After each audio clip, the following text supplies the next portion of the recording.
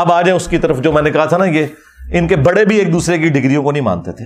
حسام الحرمین میں 1905 میں احمد بریلوی صاحب نے کتاب لکھ کے علماء عرب سے فتوے لیے. اس وقت صوفی علماء تھے سلطنت عثمانیہ کے، تو وہ سارے وہ بریلوی ٹائپ عقیدے رکھتے تھے. انہوں نے کفر کے فتوے دیے علماء دیوبند کے اوپر اور غلام احمد قادیانی کے اوپر.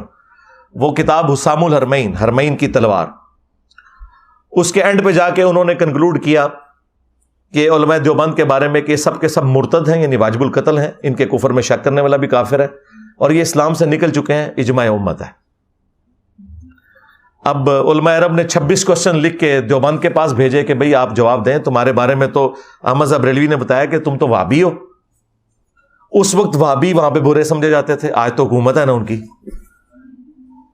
المہند کا پورا ٹاپک یہ ہے کہ آپ نے یہ ثابت کرنا ہے کہ آپ وہابی نہیں ہیں، آپ صوفیوں کے ماننے والے ہیں. وہ 26 سوال لکھ کے بھیجے، کیونکہ اسی اسام الحرمین میں انہوں نے لکھا تھا چوتھا فرقہ وہابیہ شیطانیہ، جو شیطان لعین ابلیس کے پیروکار ہیں، جس طرح کے روافظ شیطان اطاق کے پیروکار ہیں. وہ دیوبند کو انہوں نے کہا یہ وہابیہ شیطانیہ فرقہ ہے. وہ دیوبند کو بھی وہابی اعلیٰ حضرت کہتے تھے نا. تو المہند میں انہوں نے اس کے جواب دینے شروع کیے. انہوں نے کہا ہمارا کیا لینا دینا وہابیوں کے ساتھ، وہابی تو گمراہ. اور پھر انہوں نے کہا ہم تو بزرگوں کے ماننے والے ہیں، ہم فروع کے اندر امام حنیفہ کے مقلد ہیں، اور عقائد میں ہم ماتریدیہ اور اشریہ ان کو فالو کرنے والے ہیں، اور سلسلہ تصوف میں ہم چشتیہ، نقشبندیہ، قادریہ، ساروں کا انہوں نے لکھا شروع. سٹارٹ اتوں ہے. سوال پوچھے گا تسی ہے کہ انہوں نے نہ اللہ دا ذکر کیتا جے نہ رسول دا. سیدھے ہی سٹارٹ ہو جائے امام حنیفہ تو تے قادری چشتی تے ختم ہو جائے. پورے الفاظ میں کہیں ہے نہیں کہ ہم اللہ رسول کے ماننے والے ہیں. اور پھر اس میں انہوں نے کہا کہ یہ احمد بریلوی ان کی جماعت ایک شیطانی لشکر ہے جو ہم پہ حملہ آور ہوا ہے، جس طرح کے شیاطین حملہ آور ہوتے تھے انبیاء کے اوپر. یہ علماء دیوبند رضی اللہ عنہم پر حملہ آور ہوا ہے. احمد بریلوی ان کی جماعت شیطانی لشکر. کافر ہی کہا نا، ظاہر ہے انبیاء کے اوپر جو شیاطین حملہ آور ہوتے تھے وہ کوئی مسلمان تو نہیں ہوتے تھے، کافر ہوتے تھے. پھر انہوں نے کہا آپ نے بات کی محمد بن وہاب، ہم محمد بن عبد الوہاب ان کی جماعت کو خوارج کی ایک جماعت سمجھتے ہیں، اور ہمارا وہی نظریہ ہے جو ابن عابدین شامی نے فتاوی شامی میں لکھ دیا ہے رد المختار در مختار کے حاشیے میں، کہ خوارج کی ایک جماعت ہے. آج ریالوں کے چکر میں دیوبند اور وہابی کٹھے ہوئے ہیں. ایون امام کعبہ کئی بار دیوبند مدرسے میں بھی جاتا ہے، حالانکہ وہ ان کو مجدد مانتے ہیں اس وقت کے علماء عرب بھی، محمد بن عبد الوہاب کو. اور یہ کہہ رہے ہیں یہ خوارج کی جماعت ہے جو شیطان کا سینگ بخاری مسلم میں آیا تھا نا، وہ کہتے ہیں یہ ہے وہ نکلا ہے جو آج چندوں کے چکر میں، ریالوں کے چکر میں ایک ہو گئے.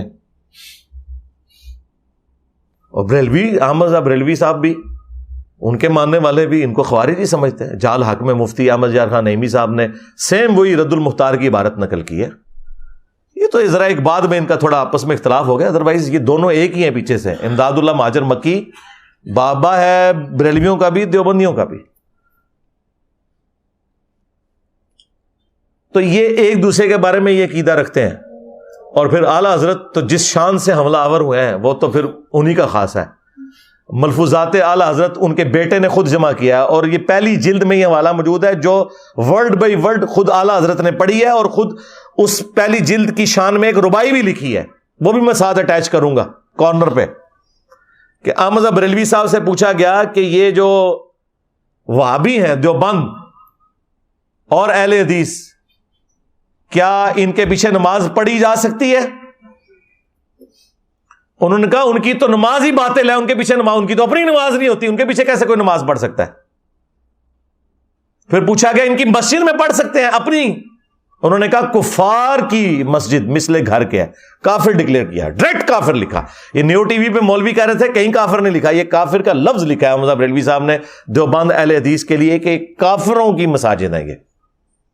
اور پھر پوچھا کہ اذان، انہوں نے کہا ان کی اذان بھی باطل ہے جس طرح کہ نماز باطل ہے، البتہ اللہ کا نام آئے تو عز و جل اور نبی صلی اللہ علیہ وآلہ وسلم کے نام پر درود ہی پڑھ لیں، باقی یہ فارغ ہے. اور پھر احکام شریعت میں جو اعلیٰ حضرت نے ان کی طبیعت صاف کی ہے، توبہ توبہ توبہ، کانوں سے دھواں نکالا ہے. ان سے پوچھا گیا کہ یہ جو دیوبندی ہیں، اہل حدیث ہیں، شیعہ ہیں، قادیانی ہیں، سارے فرقوں، نیچری سر سید احمد خان کے نیچر کے ماننے والے لوگ، ان کے ذبیحے کے بارے میں کیا حکم ہے؟ کہ ٹھیک ہے ویسے تو یہ کافی نہیں ہے آپ کے نزدیک، لیکن اگر یہ جانور ذبح کر دیں تو سوال ویسے بالکل ٹھیک کیا تھا انہوں نے کہ یار قرآن نے تو تھوڑا لینیٹ ویو لیا ہے کہ سورہ المائدہ میں آیا کہ یہود و نصارہ کا ذبیحہ حلال ہے تمہارے لیے، اہل کتاب کا، تو انہوں نے اسی اعتبار سے سوال کیا کہ یار یہود و نصارہ سے تو یہ لوگ بہتر ہی ہیں، کم از کم اللہ رسول کے ماننے والے ہیں، دیوبندی، اہل حدیث، شیعہ یا ایون قادیانی بھی ہوں، انہوں نے وہ جو کفری عقیدہ رکھا لیکن اوورآل وہ یہود و نصارہ کی طرح تو نہیں ہے نا، یہود و نصارہ تو نبی علیہ السلام کو مانتے ہی نہیں سرے سے۔ تو اعلیٰ حضرت نے جواب میں کہا کہ وہابی، پھر بریکٹ کھولی انہوں نے، دیوبندی، اہل حدیث، شیعہ اور قادیانی کافروں کو بھی سال دکھا، یہ 1,00,000 دفعہ بھی اللہ کا نام لیں تو ذبیحہ مردار رہے گا، البتہ یہود و نصارہ کا ذبیحہ حلال ہے۔ ہاں، یہ آ کے میں کہتے ہیں جی علماء کی بڑی خدمات ہیں، جی یہ خدمات ہیں، اپنے بارے میں بڑے بڑے کلیم اور دوسروں کو اس طریقے سے اٹھا کے پرے پھینکا ان لوگوں نے، یہ خدمات ہیں ان لوگوں کی۔